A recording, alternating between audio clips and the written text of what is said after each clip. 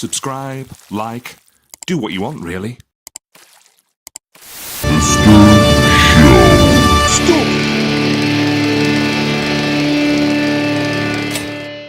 Mister Sho here with what is the fourth heat of the championship belt tournament, looking at the very best in action figure belts. Today's category in this heat is best custom belt. So custom belts made for wrestlers individually to make them look different, make them stand out, and probably sell a bit of merchandise into the bargain. Today's category really is a battle of Steve Austin versus John Cena. So we begin with this. Now, spoke in a previous video about my lack of love for the WWE version of the United States Championship, having of course fallen well and truly in love with Reggie Parks' WCW version. And then we get this, which I understand Cena's character. He was a pseudo gangster, wasn't he, and a rapper, all about that quote unquote bling bling.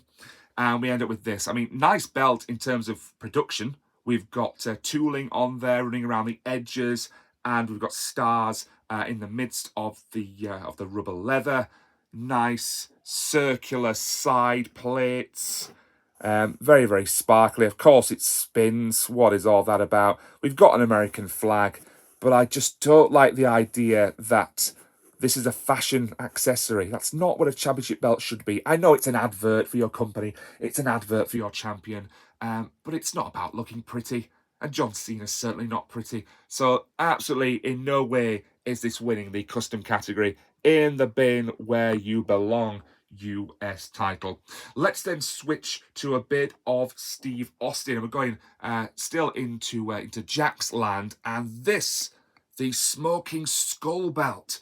Huge phenomenon at the back end of the 90s. The Rock got his Brahma Bull belt. It was never seen on TV. They did make a fantastically awful toy of it. This shifted loads in the foam toy role play type arena, and I just never got it. Maybe I'm in the minority here in terms of the fact that maybe this particular version of the belt that we're seeing now had some tooling on it. Maybe they'd gone for the snake skin effect. Other than that, it's just a skull that's smoking and some dodgy wording saying World Heavyweight Champion. I just don't get it. There might be a better version of this made by Mattel, but even then, it's just not my cup of tea. Sorry, in the bin to Steve. Back to John then. Can he strike back and indeed get on the podium? We don't even have anything on here. Just not worthy. Just not worthy in this category.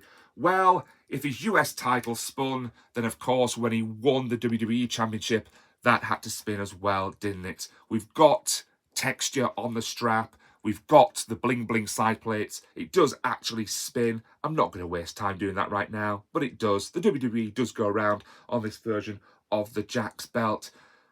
Oh, I mean, it fitted Cena's character. It made sense. Kids loved it, bought lots of it. It's got that unique selling point of the spin. But then seeing other champions with it, like watching CM Punk walk around with it, or Edge walk around with it, or Randy Orton, just made no sense whatsoever because it wasn't their character. Even the rated R version is probably an improvement on this, but still not great. Just to have something on the podium, we'll put it there.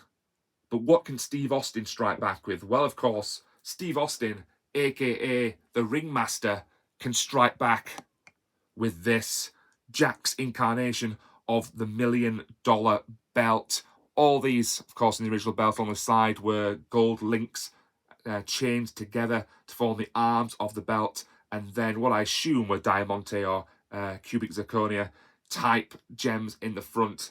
I doubt very much that even Vince McMahon would have stretched to genuine diamonds in the front, though he did, of course, fund all of the $1 Million Man's exploits. So when Ted DiBiase was around, just going about his daily life, he had the best of everything while he had that gimmick to really sell the character to people.